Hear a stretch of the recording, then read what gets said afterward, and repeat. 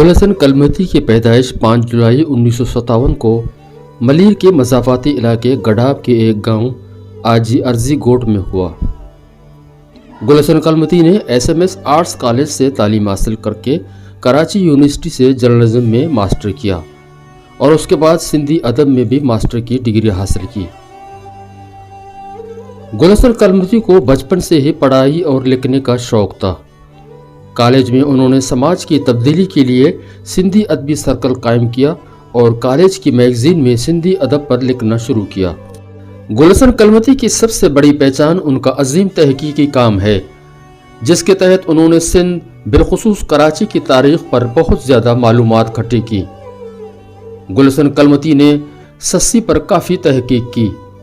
جب سسی اپنے محبوب پنو کی تلاش میں اپنے شہر بمبور سے نکل کر دشوار راستوں، پہاڑوں اور ریگستانوں کا پیدل سفر کرتے ہوئے اپنی منزل تک پہنچتی ہے، کلمتی نے بھی خود بمبور سے مکران تک سسی کے راستوں پر تحقیق کی اور سندھ سے بلوچستان کا سفر کیا۔ دو چانڈیو لکھتے ہیں کہ نہ صرف کوہستان بلکہ لسپیلا تک بسے دھرتی کے باسیوں کے تمام تاریخ کو سرکاری ادارے اربوں روپے کے بجٹ خرچ کر کے بھی معلومات حاصل نہ کر سکے، اس ساری تاریخ کو اس سادہ لو انسان نے پیدل چل کر محفوظ کیا۔ گل حسن کلمتی نے نہ صرف کراچی بلکہ سندھ کی تمام سمندری پٹی کا بھی سفر کیا۔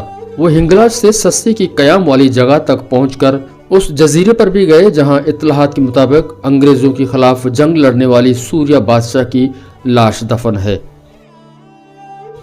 یوں تو کئی ادیب یا تاریخ دان اپنے قلم کے ذریعے لوگوں کا شعور بیدار کرتے ہیں، مگر ایسے کم ہی لوگ ہوں گے جو نہ صرف قلم بلکہ عملی میدان میں بھی کچھ کر گزرنے کا حوصلہ اور جذبہ رکھتے ہوں۔ گل حسن کلمتی ایسے کرداروں میں ایک تھے۔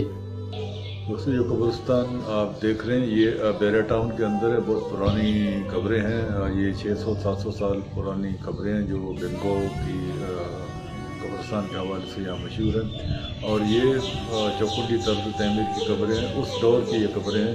یہ قبرستان بیرا ٹاؤن کے اندر ہے۔ اس سے پہلے بیرا ٹاؤن میں کچھ قبریں جو پتھر کی ہیں وہ بلڈوز بھی کی، لیکن احتجاج کے بعد اور دعوت میں خبر آنے کے بعد اس کو روک دیا گیا۔ اس کے بعد اب ریسنٹلی اس میں اس کے بیچ سے سیوریج کا لائن گزارا جا رہا ہے، اور جس سے بہت کچھ پتھر جو ٹوٹ بھی گئے ہیں۔ جنہوں نے سندھ میں ملک ریاض جیسے لینڈ گریبر بحیرہ ٹاؤن کے بانی کے خلاف عوامی مزاحمت کا آغاز کرنے کے بعد قلم کے ذریعے بھی مزاحمتی کردار ادا کیا۔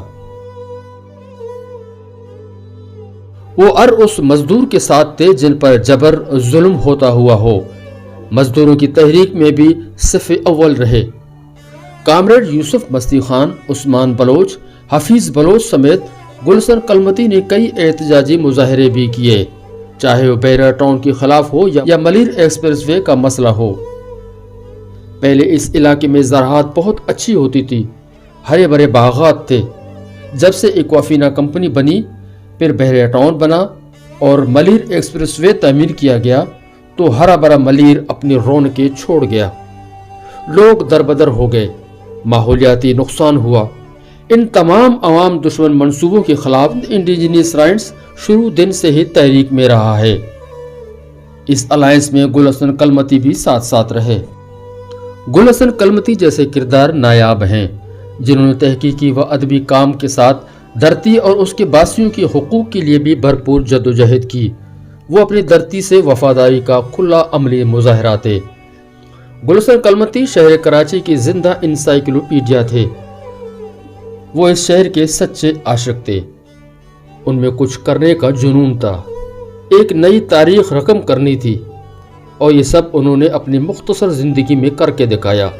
گل حسن کلمتی کچھ عرصے علالت کے بعد اس دنیا سے رخصت ہوئے، مگر اپنے بعد وہ ایک ایسا علم کا خزانہ چھوڑ گئے جس کی آج تک سندھ میں شاید ہی کوئی مثال ہو۔ عادل اللہ کو اجازت دیجیے۔ اللہ حافظ۔